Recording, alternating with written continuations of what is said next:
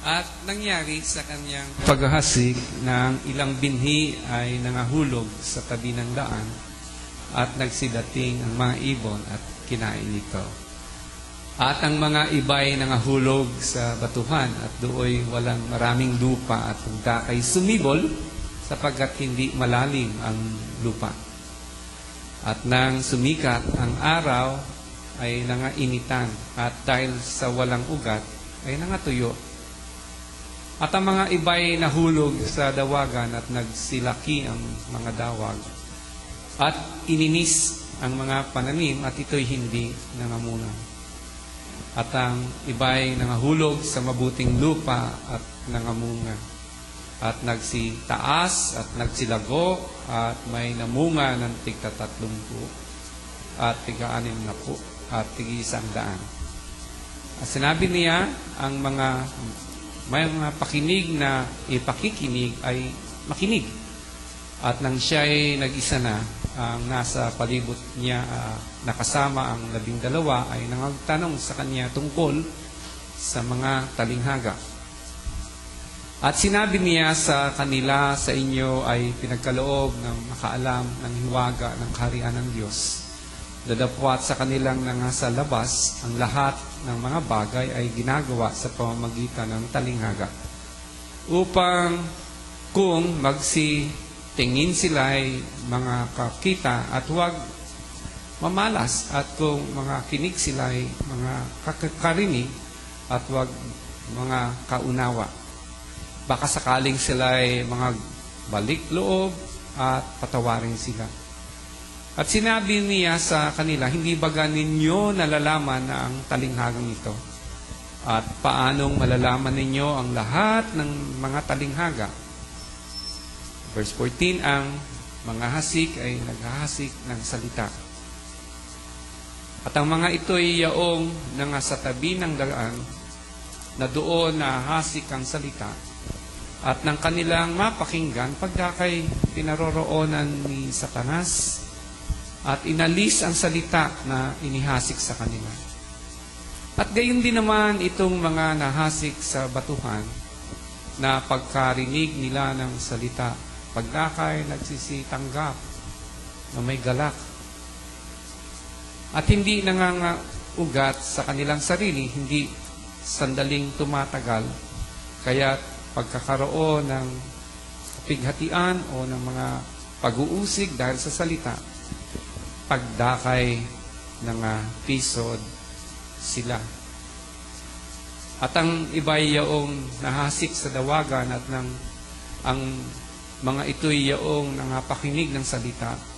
At ang mga pagsusumaki na ukol sa sanlibutan at ang daya ng mga kayamanan at ang mga pita sa ibang mga bagay na nagsisipasok at nagsisilinis, sisiinis sa salita, at ito'y nagiging walang bunga.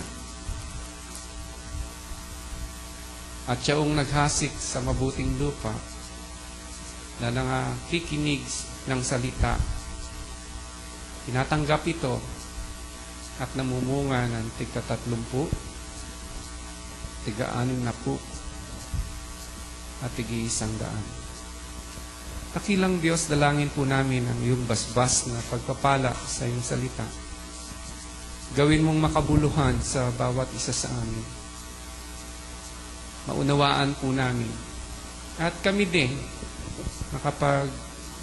manalamin sa iyong salita upang makita po namin anong klaseng lupa o uri ng puso meron kami sa iyong salita. Mangusap ka po sa aming kalagitnaan. Inaasahan po namin ito sa pamamagitan ng iyong Santong Espiritu. Sa pangalan ni Jesus, ikaw ang aming dalangin, at tayo magsabi ng Amen. Kakaupo po tayo. Sa unang pagkakataon sa Marcos chapter 4, si Marcos ay nag-record ng salita ng Diyos. Pinakita niya dito na sa pag-aaral ni Jesus, pagtuturo ni Jesus, ito yung kauna-unahang pagkakataon na gumamit si Jesus ng talinghaga. Dun sa chapter 3, kung maalala nyo pa, 2 linggong nakalipas, nabanggit natin na yung mga leader ng reliyon, mga Saduceo, Pariseo, mga Eskriba, no? Yung gawain ni Jesus, yung kanyang milagro at kagalingan pagtuturo, sinantabi nila lahat yon, binaliwala. At katunayan, sila pa nagsabi na ito'y gawain sa pamamagitan ni Beelzebub. At dito nabanggit natin na si Jesus ay nagsabi, may kasalanang walang kapatawaran. No? At dahil dito, no, makita natin na buo ang loob ng mga Pariseo at mga tao, mga leader, mga Hudyo ng panahon na yon, na tanggihan yung mabuting balita na binibigay ni Jesus. Kaya sa pagkakataong ito, si Marcos sa kanyang pagsulat, ay gumamit siya ng talinghaga. Sabing ganun sa nabasa natin sa verse 12, para kung tumingin man sila, hindi makita. Kung marinig man nila, hindi marinig. Hindi maunawaan. Sa makatuwid, yung paggamit ni Jesus ng talinghaga, ito ay isang uri ng paghatol sa mga tao na buo na ang kanilang loob, kanilang sarili. At tanggihan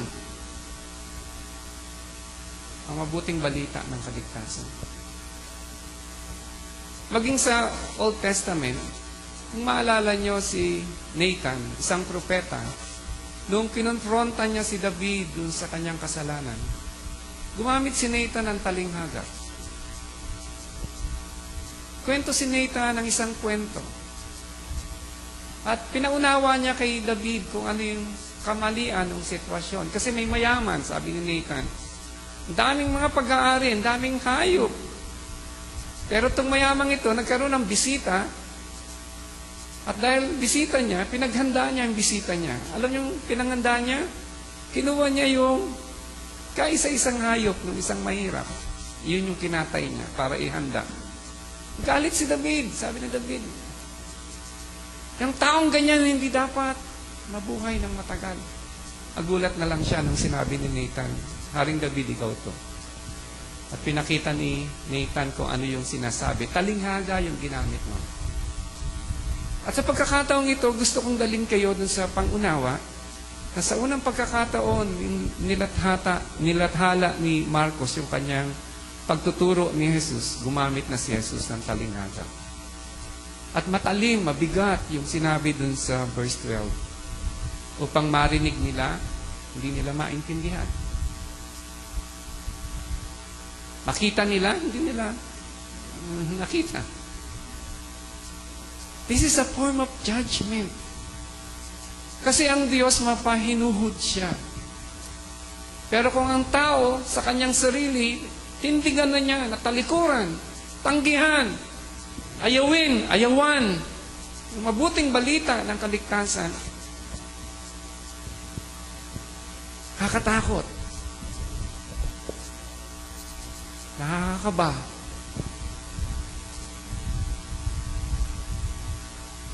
Pag dumating yung judgment.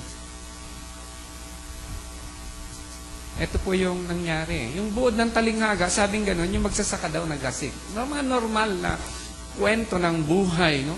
Naalala ko, maaring dun sa bahagi ng lugar na nakikwento si Jesus, may isa pang pastor nagsabi, may field na nakikita at may naghahasik na nakikita yung background daw.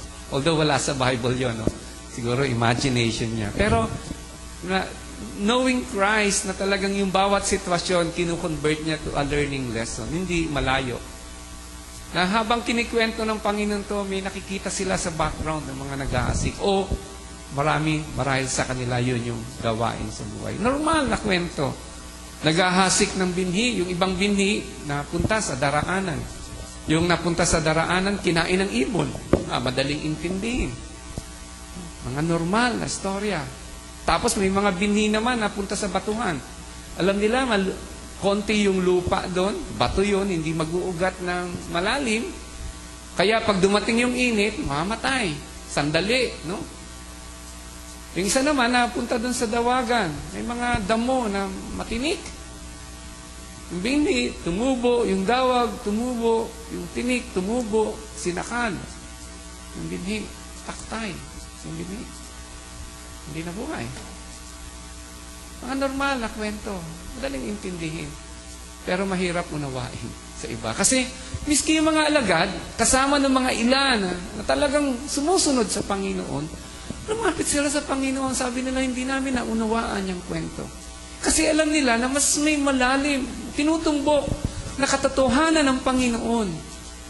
Katotohanan na siya magbibigay ng pagpapala sa bawat isa na nagdanasa na tunay na makapakinig ng salita ng Diyos, isa pamuhay ng salita ng Diyos, mabago ng salita ng Diyos. At sabi ng Panginoon, ito yung good news. Ito yung milagro.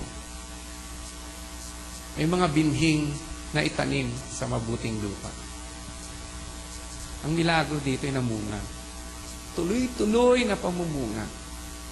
Iba 30, iba 60, iba 100. And this is a miracle. Alam nyo, bilang mga mananampalataya ni Kristo, isa sa mga binigyan o iniwang tungkulin sa atin ng Panginoon, tandaan nyo, hindi lang ito sa pastor. Sa lahat ng mananampalataya ni Kristo.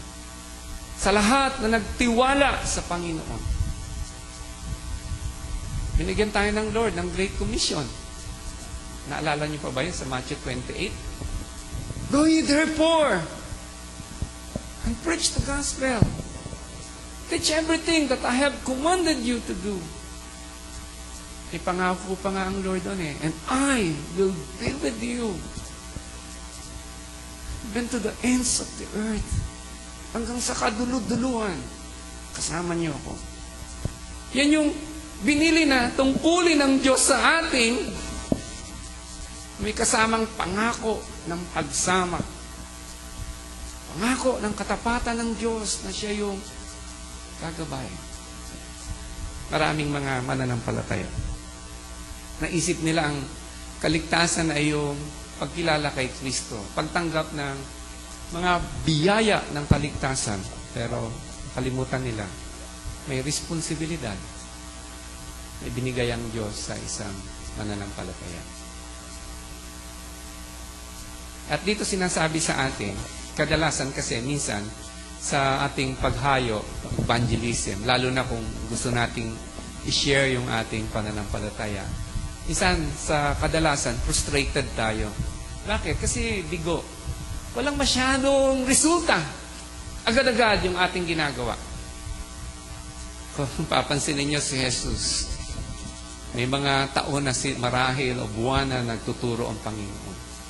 Pero dun sa chapter 3, ang daming tao, pero tunay na nananampalataya sa Kanya. Ito yung iilan. 12, kasama ng mga ilan, na interesadong malaman kung ano yung talinghaga ng Panginoon. Sila, ang tunay na nananampalataya.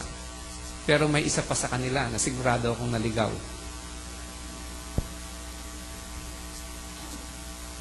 Sila lang eh. Minsan, sabihin natin, bakit hindi epektibo yung evangelism ng church? Kasi, akala nila, ang problema, yung mensahero, hindi po dito malinaw sa talinghagang ito, na hindi ito tungkol dun sa mga nag-ahasik. Minsan, sinisisi natin yung sarili natin, siguro hindi ako effective o ganito. Hindi po yun. Gawin lang natin yung dapat nating gawin. Yung resulta sa Panginoon. Basta tayo maging matapat na maghasik. Katunayan, medyo namamali nga ang body of Christ ngayon. Parang may mga tao na tinataas para ito evangelist. Ito milyon-milyon yung tumatanggap dito sa Panginoon pag nag-preach to. Minsan evangelism ngayon, it's about yung tao. Kaya maraming mga tao pumupunta kung saan-saan, sa Luneta, sa Araneta, sa MOA. Basta't may dumarating na big time na evangelist, but he's just a messenger. And it's not even about him. It's about the word. Kaya minsan, binibihisan, pinapaarte, ginagawang dramatiko. Alam niyo yun, minsan pinapackage, pina-advertise. Pero it's not about him. Hindi bumabago ng buhay ang mensahero ng salita ng Diyos. Tanging salita ng Diyos lang bumabago ng buhay. Iba naman, binabago na yung mensahe. O kasi sabi nila, offensive naman masyado yan, taong makasalanan. Kaya ayaw nilang banggitin yung kasalanan. Ayaw nga nilang marinig na may kasalanan. Pero yan yung punot dulo ng lahat ng problema ng tao. Walang buhay na walang hanggan kung hindi natin naunawaan. Kasi Jesus ay namatay dahil sa ating mga kasalanan. Yan yung dahilan kung bakit nabayubay si Jesus sa Kalbaryo. It's not about the messenger. It's not about the word. It's about the kind of soil, uri ng lupa, tumanggap dun sa binhi. Yan yung pinaliwanag ni Jesus dun sa verse 16 hanggang sa 20. Yan yung pinagkukulan ni Jesus ng paliwanag. Yan yung binigyan din niya. Anong uri ng puso ang tumatanggap ng salita? Yung tatlong unang uri ng puso. Sa batuhan, sa daanan, sa dawagan, frustrating. Kasi lahat walang nangyari. Pero sinasabi ng Panginoon, mag-ingat kayo, hindi natapos ang istorya doon sapagkat may pang-apat na uri ng puso na hinanda talaga ng Panginoon. Puso na talagang, yung tao na talagang pinili ng Panginoon. Siya yung mamumunga. Yung bunga niya spectacular. Hindi gawa ng tao, kundi Diyos lang ang makakagawa. 30, 60, 100. Sinasabi lang ng Panginoon, ito yung totoo. Sa bawat isang mananampalataya. Kung inari natin na tayo yung mabuting lupa, tanggapin din natin ang buhay natin dahil ang Diyos ang pangunahin sa ating buhay. Tanggapin din natin buhay natin na isang mabungang buhay. Ang lupa, ang puso, kapag hindi binubungkal, natural, mabato yung matigas yun. Madawag yun. Natural, ang isang puso na hindi binubungkal ng Diyos, mag-share ka ng Word of God dyan. Pagtalikod niyan, hindi na alam kung ano yung nangyari. Minsan nga, sa church, nag-preach ako, Sunday, Monday, tanong mo, anong mensahe? Maganda. Natawa nga ako eh. Ano nga mensahe? Maganda. Hanggang basta, kalimutan na. Nasa batuhan. Hindi pinag-uukulan ng pansin, atensyon yung salita. At paano tatanggapin yung salita? Yung salita ng Diyos ang babago ng buhay natin. Sabi ng mga magulang sa anak, pasok dito, labas dito. Doon sa dawag, doon sa daanan, hindi na pumasok, hindi na lumabas. Kinukaan na ng ibon. May isang mensahe ang talinghaga. Ito'y tungkol dun sa lupa, sa uri ng lupang tinamnan. Pinaliwanag ni Jesus. Ito yung sumisimbolo dun sa uri ng puso natin, ng mga tao na tumatanggap ng salita ng Diyos. Ang tao kapag pinayagan na ang Diyos na bungkalin ang kanyang puso, si David nga dun sa Psalm 119, verse 11, sabi niya, I will keep your words in my heart so that I will not sin against you.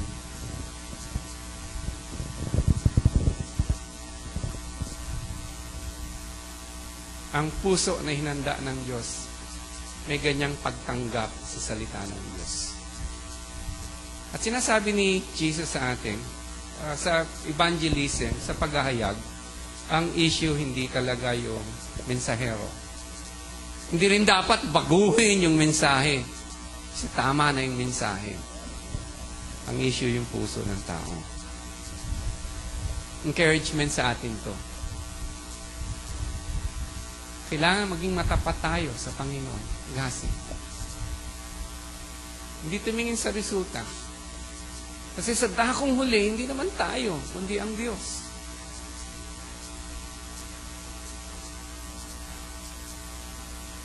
Ang kumikilos sa puso ng tao para mamunga ang tao. Ito yung mga uri ng puso. Unang-una, sabi, may isang binhing na hasik sa daan, kinain ng ibon. Ito yung puso na nandoon sa daanan, matigas. Ito yung taong nakapakinig ng mabuting balita. At hindi niya to inintindi sapagkat ayaw niya. Kaya andali para sa diablo, nakawin yung salita. Hindi niya binigyan ng tunay na pansin o pag-unawa ang salita ng Diyos. Sila yung sobrang tigas ng puso, kahit nasa loob ng church, yung salita tumatalbog-talbog lang.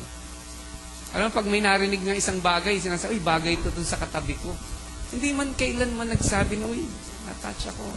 Para sa akin yung salita, laging puro sa katabi, laging puro sa asawa, laging puro sa mga anak, para sa kapitbahay, para to sa presidente ng Pilipinas. Nakalimutan ng salita. Ang puso natin, ang Diyos na naghahanda. Ang puso natin yung tumatanggap ng salita. Hindi dapat tumalbog-talbog yung salita. Kaya nga, malinaw si Jesus na nagsabi, kung gusto mo maghatol, hatulan mo sarili mo. Magaling ang tao, lalo na pag may alam tayong konti, maghatol sa kapwa. Pero hindi yan yung mungkahi ng Panginoon sa atin. Hatulan mo yung sarili mo. Tignan mo kung nasaan ka. Manalamin ka. At kung ganito yung ginagawa, sabing gano'n ng Panginoon, mas magiging epektibo ka. Tumulong sa iba para mahatulan yung sarili nila. Sa panahon ni Jesus, habang nagsasalita siya ng talinghagang ito, yung puso o yung binhi na natanim sa daraanan, ito yung puso ng mga leader ng reliyon ng panahon na yun. Sila yung nagsabi na nung nakita nilang mga demonyo, nagsisilayas nung pinalayas ni Jesus, ang mga sakit, no? Nagsigalingan nung pinanalangin ni Jesus. Nung narinig nila na nagturo si Jesus, walang kagayang tao na nakapagturo ng ganong kagaling, namangha yung mga tao, sabi nga nila, hindi to galing kung kanino man, kundi galing mismo sa Diyos. Pero alam niyo, sabi ng leader reliyon, hindi, galing kay Beelzebub yan, sa chapter 3. Ito yung pagkatapos nitong kwentong to, ng talinghagang ito eh. Ito yung mga taong sobrang tigas ng puso, gusto nila yung sarili nila. Ito yung mga tao na sinasabi ni Jesus, may kasalanan na walang kapatawaran. No? At nangyayari yan sa panahon natin ngayon kapag sinansala o sinantabi o baliwala ng isang tao yung mensahe ng mabuting kaligtasan. Sa constant na pagtanggi, masyado sanay na tumanggi. Sanay na sanay mangutya. Sanay na sanay manlait ng salita ng Diyos. Nakatakot. Dumating sa punto na you are beyond salvation. Kasi lahat ng bagay sa iyo isang talinghaga na hindi mo na naintindihan. This now is a judgment of God for all these religious leaders. Na marami pang mga talinghaga na sa kwento ng Panginoon pero hindi naging bahagi na ng kanilang buhay. This has no relevance to any one of them anymore.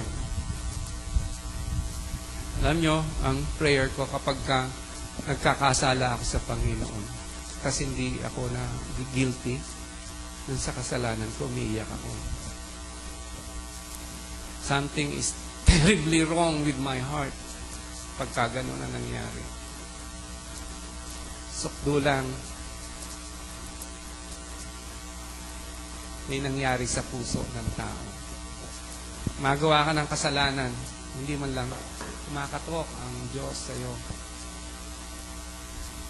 Gumagawa ka ng kasalanan at na tututo ka lang, sasanay ka lang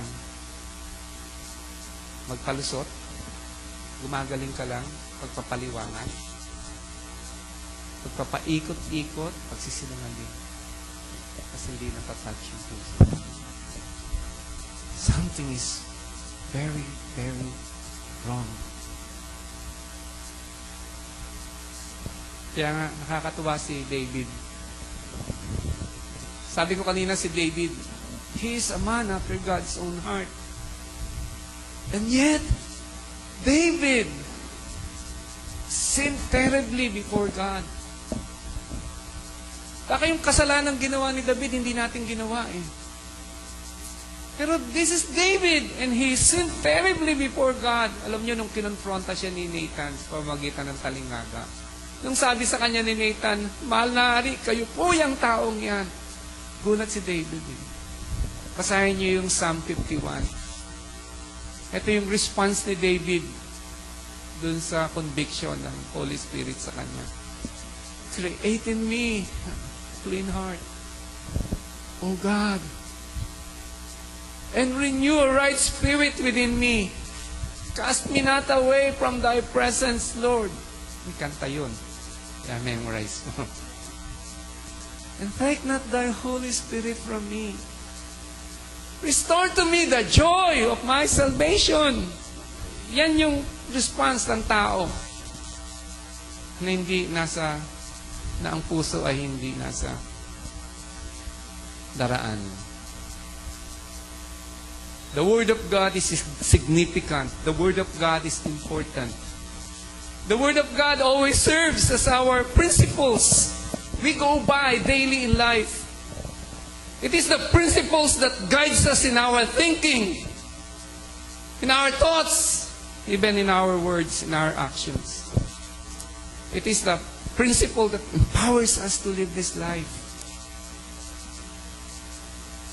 Yung taong may mabuting puso at pusong hinanda ng Panginoon. Nasa verse 16 yung paliwanag nun.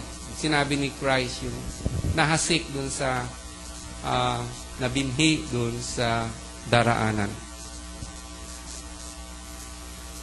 Very important, mga kapatid, na intindihan natin yung mensahe ng kaligtasan. At tunay na tinanggap natin si Jesus bilang Panginoon, tagapagligtas natin. Yung pangalawa, nasa verse 17, yung binhing nasik sa batuan, pinaliwanag to ni Christ. Ito daw yung tumanggap sa mabuting balita. At sila'y naging emosyonal pa, nagalak sila.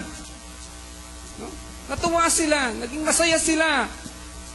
Pero, nung dumating yung paghihirap, pag-uusig, tinalikuran nila ang balitang ito. Tinalikuran nila ang kaharian ng Diyos. Emosyonal na pagtanggap ng mabuting balita, ngunit walang ugat, kaya't madaling tumalikod. Alam nyo, mga tao, tayo madaling manipula yung ating emosyon. Kaya nga ang Pilipino, pag prime time, puro drama na lang papanood mo sa TV, di ba? Kasi talagang big time sa atin yung emosyon. Pag may drama, nagagalit tayo sa kontrabida. Ibig natin. Sa bida, umiiyak tayo pag na-appeal. Madaling mamanipula yung emosyon natin. Pero kailanman, ang kaharian ng Diyos hindi about emosyon.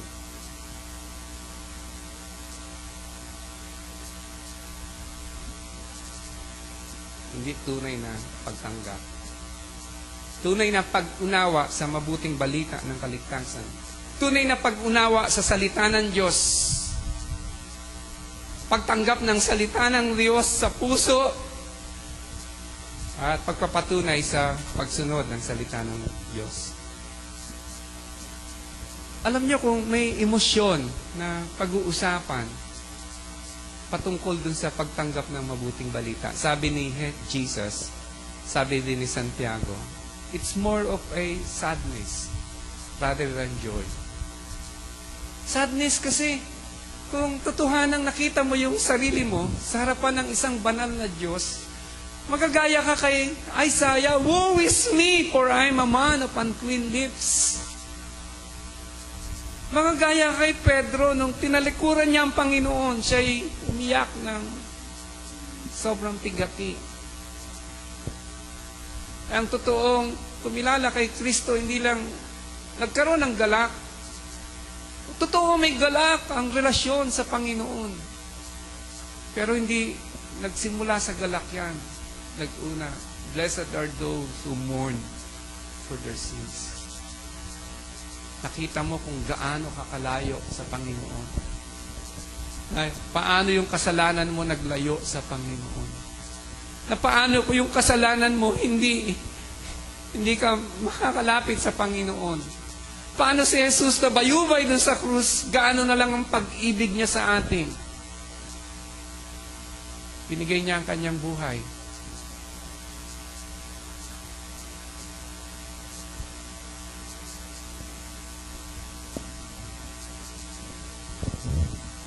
Alam niyo, maraming mga nagsasabi sila'y mananampalataya. Pero nung sinubok, nagka-problema, umalis.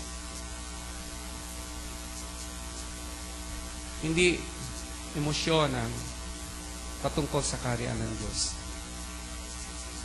Walang pinangako ang Diyos sa mananampalataya, sa nagtiwala sa Kanya. Na pagka ikaw ay mananampalataya na ng Diyos, hindi ka nababagyuhin kagaya ni Glenda. No, lahat tayo binagyo, di ba? Ang araw sumikat sa matuwid at hindi sa matuwid. Ang ulan pumatak sa matuwid at hindi sa matuwid. Pare-pareho. Pero alam niyo yung pagkakaiba ng may Glenda? Nagising kami, ang ingay-ingay ng hangin, sumisipol. Tapos yung mga palanggana, mga tabo, mga drum, nagbaksakan na. Yung mga puno sa harap namin, nagbabaksakan na. Walang natirang punong saging doon sa harap namin. Nung umpisa, yung malunggay, ang yabang pa niya, gaganon-ganon pa. Kakaway-kaway pa sa amin. Nung tinignan ko susunod, wala nang kumakaway. Naputol na pala, no? Lahat tayo dumanas nung kay Glenda. Pero ang pagkakaiba natin dahil may Diyos tayong pananampalataya. Sa gitna ng mga ingay ng bagyo, sabi ko dun sa pamilya, kali kayo, mag-pray tayo. At habang maingay yung mga paligid, nananalangin ka na. We find comfort na meron tayong Diyos sa gitna ng mga kalamidad. At katunayan, matagal pa yung mga hangin na malakas, pero all throughout those time, walang kapigatian, walang takot sa puso namin. Kasi, meron tayong Diyos. Pero sinasabi sa atin dito yung isang taong tumanggap, kuno, ng mabuting balita, ng salita ng Diyos, masaya siya eh. Pero nung nagkaroon na ng pagsubok, ayaw na niya, umalis na. Marami dito, pinicture ni John sa chapter 6. Yung dami sumusunod sa Panginoon, pinakain pa nga sila ng Panginoon ng tinapay. Tuwan-tuwa sila, sabi nila, saan na ang susunod? Gustong-gusto nilang pinapakain ng tinapay. Pinakain ng fish. Laki, daming bangus daw nung bagyo eh. Pero pinakain sila ni Christ, may mga tira pa nga. Pero alam niyo, sabi ni Christ, maliban na kainin niyo ang aking katawan at inumin niyo yung aking dugo, no? Hindi kayo magiging kabahagi. Hindi nila naintindihan to eh. Anong sabi? Alis sila. Iniwan nila yung milyon-milyon na pinakain ni Christ. Nag-alisan sila. Hindi namin kayang tanggapin yung sinasabi mong yan. Bye-bye. Natira lang yung 12 at saka yung mga ilan. Kagaya siguro na itong mga nagtanong sa Panginoon. Tinanong ni Kristo si Pedro, kayo din ba aalis? Sabi ni Peter, hindi po. Sa inyo lang namin narinig ang salita ng buhay. Ito yung mga taong tunay na ang Diyos ang kumikilos sa kanilang puso. Kasi sa panahon ngayon parang minsan ang gusto ng tao yung Lord Jesus nila, yung Panginoong Jesus, naging pahingi noon, Jesus. Puro pakabig. Yan yung old nature eh.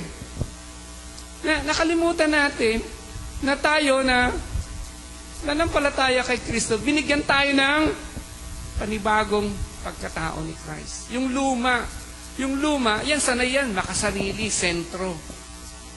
Diba? Manood ka nga ng drama, puro sarili. Manood ka ng mga taong may mga problema, makita mo puro sarili, sarili, sarili. No? Puro nakapokus sa sarili. Yan yung normal. Normal yan. Kahit sino ganyan. Pero pag ang Diyos kumilos sa puso ng tao, yung normal, magiging abnormal. Sa pagkakataong ito, yung tunay na pag sabi nung ni Deuteronomy, yung circumcision of the heart. Pagtutuli ng puso. Pagbabago ng puso, nangyayari yan. Hindi yan gawa ng pastor. Hindi yan gawa ng nanay natin o anak natin. Hindi yan gawa natin mismo sa ating sarili. Sinasabi dito, this is the work of God. Gawain ng Diyos sa puso ng mga taong binuksang totoo ang kanilang mga buhay para sa Kanya. Kaya nga, yung pangatlo, yung nasa verse 18 and 19, binhing nasik sa dawagan. Ito din, narinig nila ang salita. Kaya lang,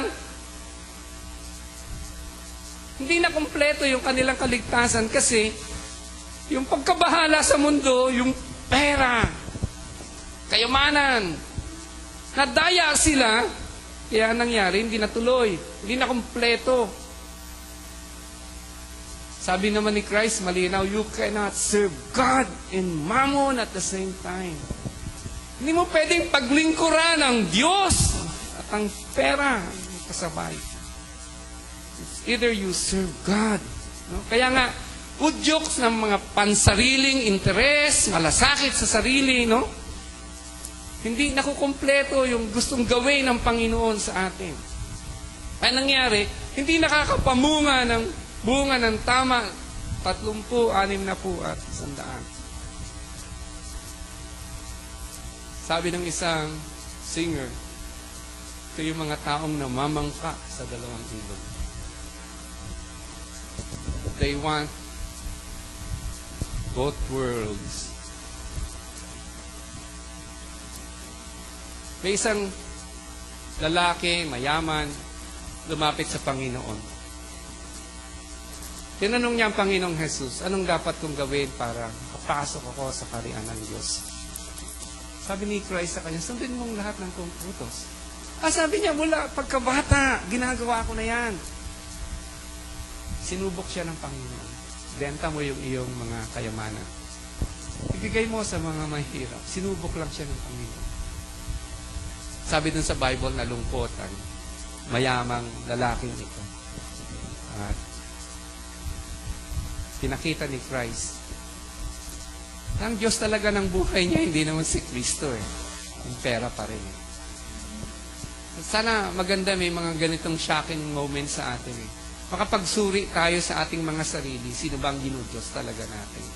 Sarili natin. Kasi normal yan sa sarili mo. Gusto mong yumaman. Normal naman yan eh. Pero ang sabi ng Lord sa atin, no? Ito namang pangako ng Diyos sa atin. Seek ye first the kingdom of God. And all these things shall be added unto you.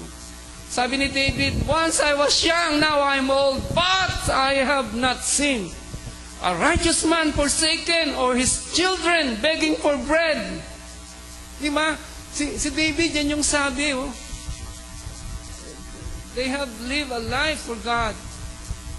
And God gave them a testimony of God's faithfulness. Kaya lang minsan, sabi ko nga, nauuna tayo sa Panginoon.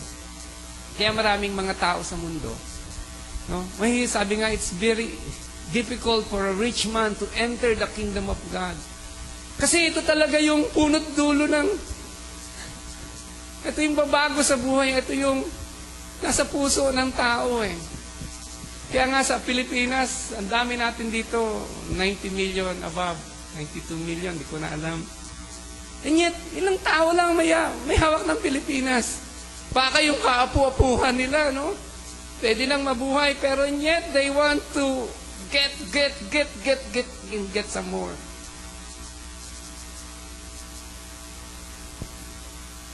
May mga iba, ginagamit pa yung mahirap para sa kanilang mga pansariling kalokohan at pagyaman. And God is angry. God is mad. Judgment will come. Kaya nga, when you come to Christ, to truly when we believe in Christ, we have to let go of the world and the love of riches and all the other things that this world has to offer. Sabi ni Christ, if truly you want to be my disciple, then you must deny yourself. Carry your cross daily and follow me. Deny that what you are and all that you possess. If you can say, yes, Lord, I follow you, then you're a good soil. My brother, my sister, you're a good soil. And expect fruitfulness in your life. May kasama si Christ, naririnig to. Example, si Judas. Binenta niya si Christ. Pera ang dahilan. May kasama si Paul, si Timothy, si Silas sa kanilang mission trip na banggit dun sa 1 Timothy 4:10. Pangalan niya si Demas. Alam niyo sabi ni Paul, Demas has left us because he loved the world. And true to form, hanggang ngayon. That is one major reason why believers, quote-unquote, who decide to leave the church. Yan yung reason. Kaya nga, sinasabi ni Christ, evangelism effort is not really a work of man. It's not about the messenger. And don't ever change the message. It's not about the message. It is the heart of man. Ito yung issue dito. Kaya nga, sabing gano'n nung yung pang-apat, kaya nga wag naman tayong malungkot sa lahat ng mga failures na ganyan. Yung tatlo seems to be a apparent failure. But may good news. The good news is that merong ika-apat na uri ng lupa. May ka-apat na uri ng puso ng tao. Ang tawag diyan ay mabuti. Sa good soil.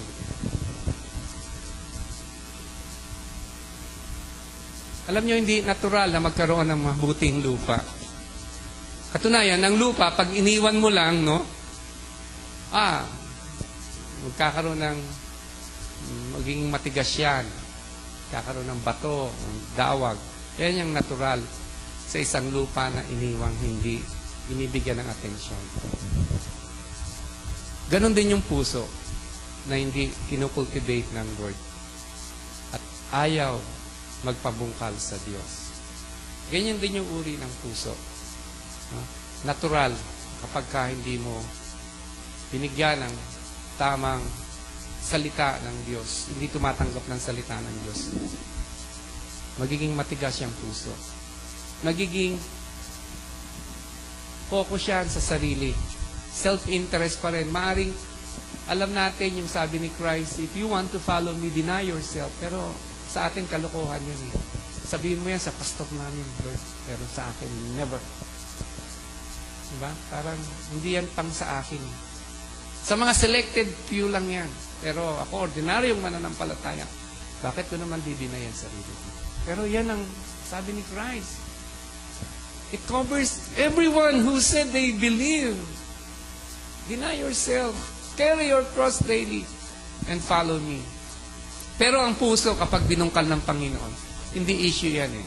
Self-denial. You would gladly give up your right to self. Just like our Master, our Lord Christ, when He gave Himself up on that cross. Kaya nga, itong good soil na sinasabi, this is really the working of God. Sabi nung Deuteronomy 30 verse 6, the Lord your God will circumcise your heart and the heart of your descendants to love the Lord your God with all of your heart that you may live. Ito yung puso na binubungkal ng Panginoon. Nakahandang pabungkal sa Panginoon. It is the Lord who really circumcised the heart. Sabi dun sa Proverbs 20 verse 9, who can say that I have made my heart clean, pure from sin? Nobody can do that on his own. Walang sino mang tao makapagsabi, nilinis niya ang kanyang sarili sa lahat ng kasalanan. Only God can do this. Ito yung sinabi ko kanina, when David erred before God, when David sinned terribly before God, ito yung response niya kay Nathan the prophet when he was rebuked by Nathan the prophet. Create in me a clean heart, O God. Ito yung response natin, mga makasalanan, tayo, who comes to God, no? Who draws near to God with a pure heart, a cleansed conscience, sabi dun sa Hebrews 10:22. Hindi po natural na magkaroon tayo ng ganitong response. This is the work of God. Sabi dun sa 2 Corinthians chapter 4, the God of this world blinded the hearts of man. Ang Diyos ng sanlibutan ito, ang Diablo, si Satanas, bumulag sa mata ng mga tao. Kaya nga, foolishness before them is the word of God. Kalukuhan sa kanila ang salita ng Diyos. Magiya ng salita ng Diyos. Kalukuhang malaki sa kanila yan. That means the work of God is not present in their lives. They don't want the work of God in their lives. Pero itong lupa na namunga ng 30, 60 at 100. Ito po yung lupa na gustong-gustong pabungkal sa Panginoon. At ito yung napakagandang positibong leksyon ng parable. The result, kung ganito yung takbo ng ating puso, buhay sa Panginoon, the result will be supernatural. Magiging supernatural. God can do things through our lives, and that through our simple lives, we can help build God's kingdom. Can do great exploit. Sinful or sinners as we are, we can do great exploits for God. Can be fruitful in our lives. Sabi ni Paul sa mga mananampalataya sa Corinto, tayo ay isang koleksyon ng mga nobodies.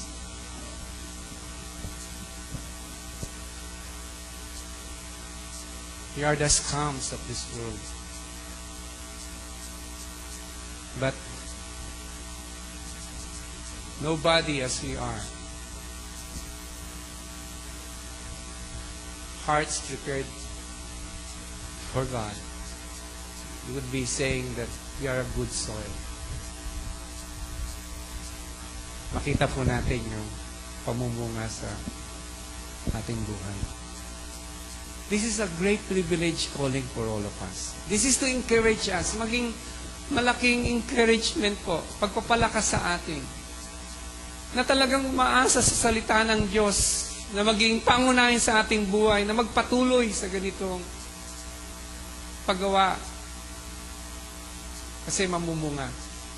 30, 60 at 100. Ito'y malinaw na pagkatok naman din sa mga puso na hanggang ngayon nandoon, balot, nasa daraanan, nasa batuhan at nasa dawagan. Magising at pagpasakop sa Panginoon. Alam nyo anong uri ng lupa tayo? Tignan natin ang ating puso. Kapag kumbaba ba tayo? Broken-hearted ba tayo?